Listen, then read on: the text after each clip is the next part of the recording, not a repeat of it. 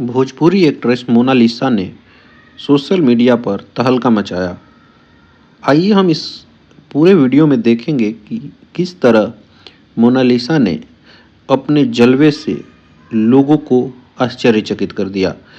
हाल ही में हम बात करें तो मोनालिसा ने अपने इंस्टाग्राम हैंडल पर एक अपने डांस का वीडियो डाला देसी गर्ल गाने पे, और वो जिस तरह से उन्होंने डांस किया है वाकई काबिले तारीफ है। बॉलीवुड की हीरोइन जितनी भी हैं वो भी उस डांस को देखकर एक बार ये सोचने को मजबूर हो जाएंगी कि आखिर मोनालिसा उनसे अच्छा डांस कैसे करती हैं। तो इस पूरे डांस को हम देखेंगे और आप लोगों से रिक्वेस्ट है कि आप भी अपना कमेंट दीजिए। भोजपुरी में अगर इतना टैलेंट है फिर भोजपुरी में अच्छे कंटेंट क्यों नहीं बन पा रहे हैं। आइए इस वीडियो को पूरा देखते हैं।